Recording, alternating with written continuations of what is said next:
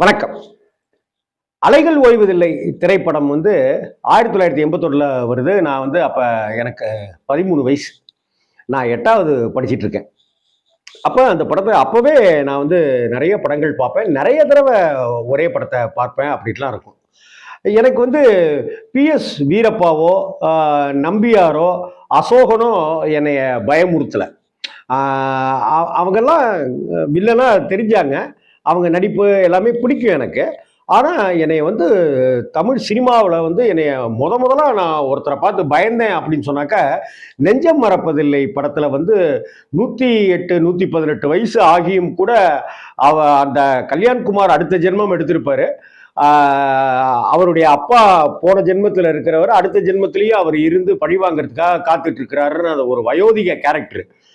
நான் கல்கண்டார் கோட்டை சண்முகா தேட்டர்ல அந்த படத்தை பார்த்துட்டு மிரண்டு போய் அப்படியே பயந்துட்டு படம் விட்டு வெளியில தனியா போகணும், இருட்டு.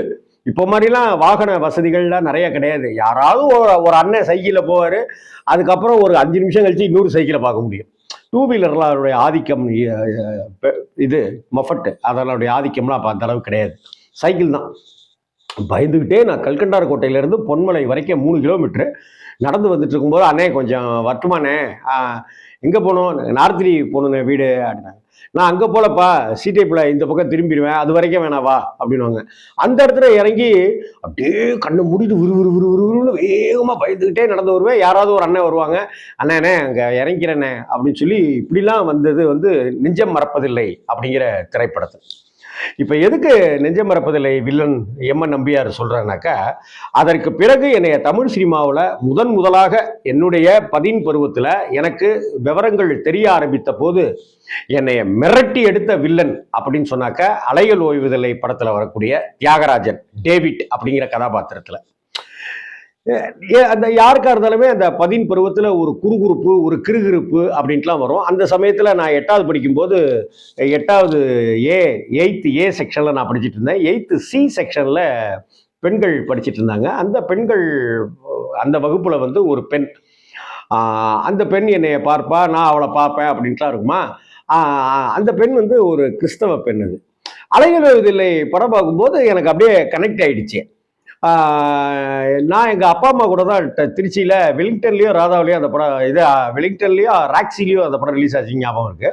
அந்த படத்தை பார்த்துட்டு வந்த பிற்பாடு அது நண்பர்கள் கூட பக்கத்தில் லோக்கல் தேட்டரில் என் நண்பர்கள் கூட படம் பார்க்குறேன், ஏன் செட்டு பசங்களோட. அப்படி படம் பார்த்துட்டு வெளியில் வரும்போது நான் கேட்ட முதல் கேள்வி மாப்பிள்ள, அந்த பொண்ணு அவளுக்கு அண்ணன் இருக்காப்லையாடா அப்படின்னு சொல்லிட்டு கேட்டேன் நான். ஏன்னா இந்த மேரி, விச்சு மேரி மறக்கவே முடியாது தமிழ் சினிமாவில். விச்சுவா கார்த்திக் அறிமுகமான படம், மேரியா ராதா அறிமுகமான படம் அலைகள் ஓய்வதில்லை. தன்னுடைய நண்பருக்காக பாரதி ராஜாவுக்காக இசைஞானி இளையராஜாவே சொந்தமாக படத்தை தயாரிக்கிறாரு. படத்தை நீடியா அப்படின்றாரு. அப்படி வந்த படம் தான் இது. இதில் தியாகராஜன் சார் ஃபர்ஸ்ட் லைன்லேயே வரல. தியாகராஜன் சாருக்கு பதிலாக சந்திரசேகரும், சில்க் ஸ்மிதாவுக்கு பதிலாக வடிவுக்கரசி அம்மாவும் தான் நடிக்கிறதா இருந்தது. ஆனால் பாரதி ராஜா சார் என்ன நினைச்சாரோ தெரியல, வழக்கமாக தொடர்ந்து சந்திரசேகரை பயன்படுத்திட்டு தான் இருந்தார். அதே போல் சிகப்பு ரோஜாக்கள் திரைப்படத்தில் வடிவுக்கரசி அம்மாவை அவர் பாரதி ராஜா சார் தான் அறிமுகப்படுத்தினார். என்ன நினைச்சாரோ டக்குன்னு அதை தூக்கிட்டு தியாகராஜன் சாரை உள்ளே கொண்டு வந்தார். தியாகராஜனுக்கு ஜோடியாக சில்க் ஸ்மிதா அப்படிங்கிற கேரக்டரு, டேவிட் அப்படிங்கிற கேரக்டர்ல புல்லட்ல வரக்கூடியவர். அவருடைய ஜிப்பா, அவருடைய லுங்கியே நமக்கு பயமுறுத்தலா இருக்கும். அவர் அப்படி புல்லட்ல வர்ற தோரணையே மிரட்டலா இருக்கும். படம் பார்த்துட்டு வந்த உடனே எனக்கு எழுந்த கேள்வி, நான் லவ் பண்ணிட்டு இருந்த ஒரு பொண்ணுக்கு அண்ணன் இருக்கானா இல்லையா அப்படிங்கிறது தான். ஏன்னா அந்த அண்ணன் எங்க டேவிட் மாதிரி, தியாகராஜன் சார் மாதிரி ஒரு மிரட்டலா நம்மளை துவைச்சு எடுத்துருவானோ அப்படிங்கிற மாதிரி எனக்கு ஒரு பயம் வந்துச்சு அந்த 13 வயசுல. அந்த படத்தை நான் திரும்ப திரும்ப பார்க்கும் போதெல்லாம் கார்த்திக் நடிப்பு நல்லா இருக்கு, ராதாவுடைய அழகு நல்லா இருக்கு, கமலா கமிஷனுடைய அழுக நமக்கு உள்ளார பீதியை ஏற்படுத்துது. ஒரு கட்டத்தில் சில்க் ஸ்மிதா கணவனையும் மீறி அந்த காதலர்களை சேர்த்து வைக்கிறதுக்கு அவங்க எடுக்கிற முயற்சி, அந்த கார்த்திக்குடைய நண்பர்கள் எல்லாருமே என்னுடைய கூட இருந்த நண்பர்களாகத்தான் எனக்கு தெரிஞ்சாங்க. எங்கள் ஏரியாவில் இருக்கிற நண்பர்கள், என் ஸ்கூலில் கிளாஸ்மேட்டாக இருக்கிறவனுங்க, இவங்க எல்லாரும் சேர்ந்து என்னுடைய காதலை அப்படியே தூக்கி நிறுத்தி வாழ வைக்கிற மாதிரிலாம் எனக்குள்ளார கற்பனைகள் ஓடிட்டு இருந்த காலம் அது. ஆனா தியாகராஜன் சார் மட்டும் எனக்கு மிரட்டலா எனக்கு இருந்துகிட்டே இருந்தார். அதற்கு பிறகு பாத்தீங்கன்னாக்கா ஏய் தெரிலடா அப்படின்ட்டாங்க. அந்த பொண்ணுக்கு அண்ணன் இருக்காப்லையா என்னன்னு தெரிலடா அப்படின்ட்டாங்க. அதுக்கப்புறம் மாப்பிள அந்த பொண்ணுக்கு அண்ணன்லாம் இருக்கணும்னு அவசியம் இல்லை அப்படின்னானுங்க. ஏன் இருக்கணும்னு அவசியம் இல்லை, அதான் அண்ணன் இல்லைன்ட்டீங்களா அப்புறம் என்னன்னு. அவங்க அப்பா யார் தெரியுங்களா?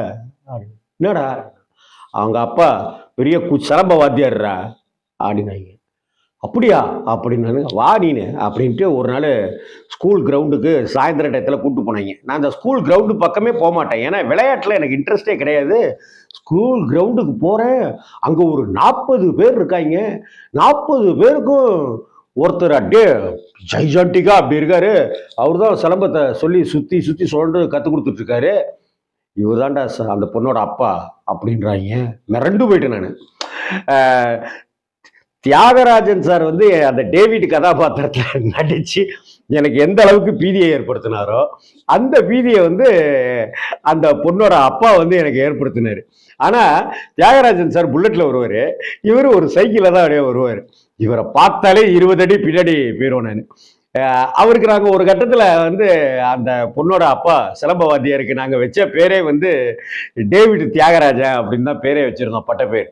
ஏய் டேவிட் தியாகராஜா வர்றாரா டேய் அப்படின்னு வானுங்க. நாங்களாம் அந்த அந்த இடத்துல இருந்து அப்படியே தடம் திரிக்க ஓடி கண்ணில் காணாமலே போயிடுவோம் நாங்க. ஒரு நாள் அந்த பொண்ணை பார்க்கறதுக்காக நாங்கள் ரோட்டில் அப்படியே அந்த அவங்க வீட்டு பக்கமாக வந்துட்டு இருக்கோம். சி டைப் ரயில்வே காலனியில் அப்படியே குறுக்க நெடுக்கன்னு ஒரு 5-6 தடவை போகிறேன், அந்த பொண்ணை பார்க்க முடியல. அப்போ அப்படியே போயிட்டு வந்துட்டே இருக்கேன். இன்று போய் நாளைவா மாதிரி கதையாயிடுச்சு. என்னன்னாக்கா டக்குன்னு டேய் அப்படின்னு கூப்பிட்டாரு. எனக்கு கையெல்லாம் நடுக்கி சைக்கிளில் அப்படியே நிப்பாட்டிட்டு இறங்கிட்டேன் கீழே. அப்படியே அப்படியே குளம் நடுங்கி நிற்கிறேன். விட்டு வெளுக்க போறான்டா மனுஷன். எப்படி அப்படியே எட்டி உதவுடுவார் கார்த்திக் எல்லாரையும் அந்த மாதிரி விட்டு வெளுத்தெடுத்துருவாரா நம்மளை அப்படின்னு நினச்சிட்டு அப்படியே குறுகி போய் ஐயா அப்படின்னு. என்னடா நானும் பார்க்குறேன் இந்த பக்கம் அந்த பக்கம்னு வந்திருக்கேன். இல்லைங்க என் ஃப்ரெண்டு வீடு ஒரே மாதிரியாக இருக்கிறதுனால குவார்ட்டர்ஸ் ஒரே மாதிரியாக இருக்கிறதுனால எனக்கு டக்குன்னு தெரில. நாங்கள் என்ன நம்பரு, நாங்கள் நம்பர் தெரியாது, வீடு தெரியும், 2 தடவை வந்திருக்கேன், எனக்கு சரியாக தெரிலிங்க. இது தண்ணி கொஞ்சம் கொடுங்களேன் அப்படின்னு சொல்லிட்டு வாங்குறேன். இன்று போய் நலைவாள் அந்த 3 பேரும் சைட் அடிக்கிறதுக்கு போய் பாக்யரேசரு ராமு இவங்கெல்லாம் போய் பழனிசாமிலாம் போய் மாட்டுவாங்களா, அது மாதிரி தண்ணி கொஞ்சம் கொடுங்களேன் அப்படின்னு சொல்லிட்டு தண்ணியை வாங்கிலாம் குடிச்சிட்டு வரேங்க அப்படின்னு சொல்லிட்டு நான் போனது. எதுக்கு இதெல்லாம் சொல்ல வரேன்னாக்கா, அலைகள் ஓய்வதில்லை திரைப்படம் வந்து நமக்கு வந்து இளையராஜாவுடைய அத்தனை பாடல்களையும் நமக்கு நினைவுபடுத்தும். காதலுடைய வேறு ஒரு விஷயத்தை, விடலை பருவத்தினுடைய அட்டகாசமான அந்த அந்த இளமை ததும்புகிற அந்த அழகு கொஞ்சுகிற காதலை நமக்கு நினைவுபடுத்தும். ஒவ்வொரு பாடலும் இன்னைக்கு கேட்கும்போது கூட நாம ஒரு காதலனாவே மாறிடுவோம், காதலாயிரும், காதலாகி கசிந்துருகிங்கிற மாதிரி ஆயிடுவோம் நம்ம. அந்த அம்மா கேரக்டர் நினைக்கும் போதெல்லாம், கமலா காமேஷன் நினைக்கும் போதெல்லாம் நமக்கு நம்ம அம்மா ஞாபகத்துக்கு வந்துருவாங்க. இந்த அளவுக்கு மிரட்டலா இருக்கும்போது தியாகராஜன் சாருடைய நடிப்பு அப்படி ஒரு பார்வை கீர்வெல்லாம் மிரட்டலா இருக்கும். அவர் லைட்டா ஒரு லேசான ஒரு தாடி, மெல்லிசான ஒரு மீசை. அதற்கு பிறகு ஒரு 10 வருடங்கள் கழித்து, 10 வருடத்துக்கு முன்னாடி நான் தியாகராஜன் சாரை பார்த்து பேசக்கூடிய வாய்ப்பு கிடைச்சும் போது கிட்டத்தட்ட டோட்டல் டிஃப்ரெண்ட் அப்படின்னு தான் சொல்லணும். தியாகராஜன் சாருடைய அந்த உருவத்துக்கும் அவருடைய பார்வைக்கும் அவருடைய ஏற்றுக்கொண்டிருக்கிற கதாபாத்திரத்துக்கும் சம்பந்தமே இல்லாமல் மனிதர் வார்த்தைக்கு வார்த்தை அவரிடமிருந்து அன்பு வெளிப்பட்டதை நான் பார்த்து சிலிர்த்து போனேன். அப்படிப்பட்ட ஒரு அன்பு மனிதர் அவர். பார்க்கறதுக்கு தான் அப்படி இருக்கும், தோரண கிரணெல்லாம் பார்த்தாக்க நம்ம பயங்கரமா விட்டு அடே அப்படின்னு தூக்கிட்டு வரோன்னு இருக்கும். ஆனா அப்படி பாசாக்குகளே இல்லாத, பம்பாத்துகளே இல்லாத ஒரு ஹானஸ்டான ஒரு நேர்மையான மனிதர் தான் அலைகள் ஓய்வதில்லை திரைப்படத்துல அப்படி ஒரு டேவிட் அப்படிங்கிற கதாபாத்திரத்துல நடிச்சிருப்பாரு, மிரட்டியிருப்பாரு. அதுலேயும் அந்த அந்த புல்லட்டை வீட்டு வாசலில் நிப்பாட்டிட்டு, வீட்டு வாசல்ல அந்த தன்னுடைய வேலையாளுக்காக வச்சிருக்கிற ஒரு குடிசை வீட்டுக்குள்ளார K Rangaraj sir, director K Rangaraj sir தான் அந்த படத்தில் அந்த வேலைக்காரராக நடிச்சிருப்பாரு, வண்டிக்காரரா.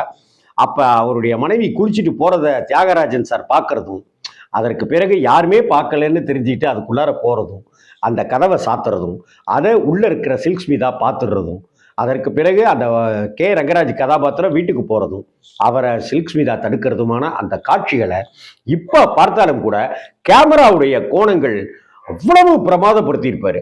கேமரா டாப் ஆங்கிள் இருந்து வச்சிருப்பாங்க. அவருடைய புல்லட்டு, அந்த புல்லட்டே நமக்கு ஒரு மிரட்டலா இருக்கும். Bullet, Thiyagarajan sir, Silk Smitha, K Rangaraj sir அப்படின்னு எல்லாருமே நிக்கிற ஒரு டாப் ஆங்கிள் ஷாட். அலைகள் ஓய்வதில்லை படத்தை வந்து எத்தனை தடவை பார்த்தேன்னு கணக்கே கிடையாது. இதுல நான் சொல்லுவேன் என் ஃப்ரெண்டுகிட்ட, கார்த்திக்குக்காக இன்னைக்கு போனேன், ராதாவுடைய அழகுக்காகவே ஒரு தடவை போனேன், படத்தினுடைய பாடல்களுக்காகவே போனேன், நம்ம டேவிட் தியாகராஜன் சாருக்காகவே போனேன், சிலுக்குக்காகவே போனேன். ஏன்னா சிலுக்க இவ்வளவு உடல் மூடி எந்த படத்திலையும் நான் பார்த்ததே இல்லை.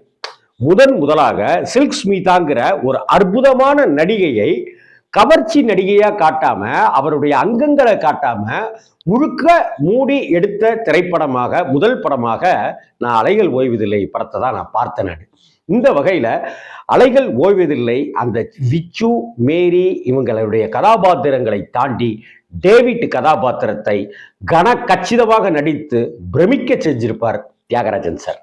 வணக்கம்.